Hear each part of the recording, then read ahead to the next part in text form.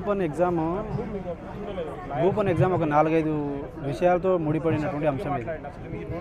ఒకటి జియో నెంబర్ 29, ఇంతకుముందు జియో నెంబర్ 55 ఉన్నది, జియో నెంబర్ 29 తీసుకొచ్చినారు. సరే ఓకే, అది కరెక్టే అనుకుందాం. మరి నెక్స్ట్ నోటిఫికేషన్లో జియో నెంబర్ 55 ఎందుకు తీసుకొస్తున్నారు? అది కూడా టీజీపీఎస్సీ ప్రకటించింది. అక్కడ మీ యొక్క అసలు ఎందుకు తీసుకొస్తున్నాం అనేది ఒక రీజన్ అయితే చెప్పాలిగా. అది ఒకటి, అది ఒక రిజర్వేషన్ ఇష్యూ యాక్చువల్ చెప్పాలంటే. అలాగే ఇంతకుముందు నోటిఫికేషన్లో లోకల్ నాన్ లోకల్ అనేది ఒక మెన్షన్ చేసినారు. మరి ఈ నోటిఫికేషన్లో తీసేసినారు. దాని అర్థం ఏంటి? మూడో విషయం ఏంటంటే తెలుగు మీడియం అభ్యర్థులు 7,830 మంది ఎగ్జామ్స్ రాస్తే దాంట్లో పట్టుమని 30 మంది కూడా సెలెక్ట్ కాలేదు. 563 పోస్టుల్లో 500 పోస్టులు ఇంగ్లీష్ మీడియం వాడికి పోయింది. సరే కష్టపడ్డారు అనుకుందాం. మరి ఉర్దూ మీడియం చూసుకుందాం, 9 మంది ఉన్నారు. వాళ్ళు 9 మందిలో 7 మెంబర్స్ సెలెక్ట్ అయినారని మేము అనుకున్నాం. జిఆర్ఎల్ ప్రకటించినప్పుడు ఏమైందంటే 10th నెంబర్ అయింది, 10th నెంబర్ అయింది, ఒక నెంబర్ ఎక్స్ట్రా వచ్చింది. మళ్ళీ ఎక్స్ట్రా నెంబర్ ఏది 9 మంది రావడం ఎక్స్ట్రా, అక్కడి నుంచి మళ్ళీ 10వ నెంబర్కి పోయింది. మరి ఇట్లా ఇష్టం వచ్చినట్టు ఎట్లా నెంబర్ పెరిగిపోతూ ఉంటుంది. జిఆర్ఎల్లో 21,093 మంది ఎగ్జామ్ రాసినారు. మరి ఇప్పుడు ఏమంటున్నారు? 21,103 మంది ఇప్పుడు వాళ్ళు జిఆర్ఎల్ ప్రకటించినటువంటి నెంబర్. అది ఎంతవరకు కరెక్ట్? ఇంకా విషయం చెప్పాలంటే 2004లో రిటైర్ అయిన మనిషి ఎట్లా రెగ్యులర్ ఫ్యాకల్టీ అవుతారు? సో సెన్స్ అనేది ఉండాలి కదా అసలు మనం ఏదైనా ఒకటి చెప్పే ముందు చేసే ముందు స్పందించాలి. సో దాని తర్వాత కూడా ఇప్పుడు ఎస్ఏలో 74 మార్కులు వచ్చిన వాడికి మిగతా అన్ని పేపర్లు 2 మార్కులు 3 మార్కులు వస్తుందా? 0 మార్కులు వస్తుందా బ్రదర్? 0 మార్కులు వస్తుందా? వాళ్ళు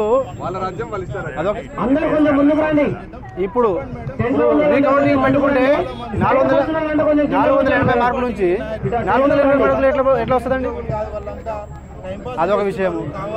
సెంటర్లు 70 ఇప్పుడు 20 మనకు 74 మంది అవుట్ ఆఫ్ 500 మెంబర్స్ వచ్చినారు. 18-19 సెంటర్లలో ఉమెన్స్కి అబ్బాయిల తరఫున ప్రాబ్లం ఉంది కాబట్టి సీసీ కెమెరా పెడతారు కాబట్టి ఆ సెంటర్స్ కేటాయించడం అని అన్నారు కదా. మరి అట్లా అన్నప్పుడు మిగతా సెంటర్లన్నీ ఎందుకు? మరి అక్కడ కూడా ఆడవాళ్ళకి అందరికీ ఒక సపరేట్ సెంటర్ చేయొచ్చు కదా. మిగతా సెంటర్స్లో కూడా అబ్బాయిలు అమ్మాయిలు ఉంటారు కదా. మరి ఉన్నప్పుడు నువ్వు అది కూడా చేయకుండా ఉండాల్సింది. అప్పుడు నువ్వు ఫస్ట్ నుంచే ఒక అమ్మాయిలకు సపరేట్ సెంటర్, అబ్బాయిలకు సపరేట్ సెంటర్ చేయాల్సి ఉండేది. నువ్వు అది చేయలేదు. నువ్వు చెప్పిన దానికి ఆర్గ్యుమెంట్ చేసిన దానికి ఎక్కడ కూడా పొందలేదు. మార్కులు టూ మచ్, ఒక్కొక్క మార్కి 2 మార్కులు 3 మార్కులు ఏంటి ఇవన్నీ? సో ఇవన్నీ ఎవిడెన్స్ ప్రకారంగా మాట్లాడుతున్నాం మేము. So we are not speaking on like not evidence based. We are speaking with evidences. So all these factors, all these evidence shows clearly demonstrate that TGPSC has failed to conduct the exams and government has failed to provide the reservation rights which are supposed to be there for the oppressed people. So నువ్వు తెలంగాణ వాదులకు అన్యాయం చేస్తున్నావు. Local non local issue అనేది తీసుకురాకుండా, ఒక clear కట్గా ఒక line తీసుకురాకుండా, ఇంతకుముందు అయితే నోటిఫికేషన్ ఏదైతే ఉందో తెలంగాణ నాన్ తెలంగాణ అంటే లోకల్ నాన్ లోకల్ అనేది ఒక క్లాస్ ఉండేది. అది తీసేసి తెలంగాణ బిడ్డలకు అన్యాయం చేసినావు. రిజర్వేషన్ తీసుకొచ్చి ఎస్సీ బీసీలకు అన్యాయం, సరి అయినటువంటి రిప్రజెంటేషన్ లేకుండా అక్కడ అన్యాయం చేసినావు. ప్రాంతం వారీగా రిజర్వేషన్ల వారీగా ఎగ్జామ్స్ కండక్ట్ చేయడం వారీగా, అలాగే ఎవరైతే కష్టపడ్డారో వాళ్ళకు ఎగ్జామ్స్ ఉద్యోగాలు రానియకుండా నువ్వు లాస్ట్కి దానికి ఏం చెప్తున్నావు అంటే మేము కేవలం ఎక్కువ మంది సెలెక్ట్ అయినారు కాబట్టి దానికి రీజన్స్ ఏం చెప్తున్నాడు అంటే ఉమెన్స్కి సేఫ్టీ లేదు కాబట్టి. మరి ఉమెన్స్కి సేఫ్టీ లేదన్నప్పుడు ఉమెన్స్కి సేఫ్టీ ఎవరు కల్పించాలి? It is the responsibility of the state and it is the responsibility of the conducting agency. So you have failed in all sphere of conducting examination and from this sphere, from this platform we are demanding Mr. Rahul Gandhi, you speak about reservation, you speak misconduct of examination, and in the parliament hall itself you are speaking on these issues. Like today's all examination conducting examination agencies were monetized. I mean they were like trapped in monetization.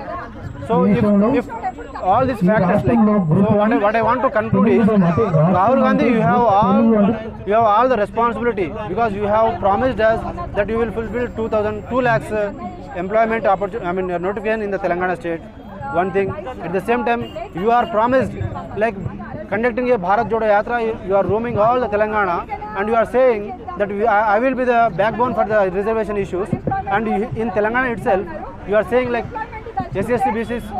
So where you are, don't you think this GO number 20 is a violation to the reservation issue? If you know, then why you are not responding on this issue? ESPSC చేసిన దరిద్రానికి UPSC లెవెల్లో prepare అయిన రోడ్ల మీకు వచ్చి వీళ్ళందరూ కూడా UPSC conduct చేసి ఇంగ్లీష్ మీడియం స్టూడెంట్ ని ఇంగ్లీష్లోనే ఎక్కువ మార్కులు ఇస్తున్నారు. తెలుగు మీడియం స్టూడెంట్ కు తక్కువ మార్కులు వేసి our appeal lies to the Rahul Gandhi. As you are speaking, as you are giving assurance to the youth of India, so first you prove that whatever you promises have given to the Telangana youth, unemployed, you prove your stand. You stand by our side. You stand by our side. You do justice to us. You first do justice to the reservation issue in the Telangana. Then after you speak about all the youth and all the reservation issues in all over the India. So this is what we are demanding. Yeah.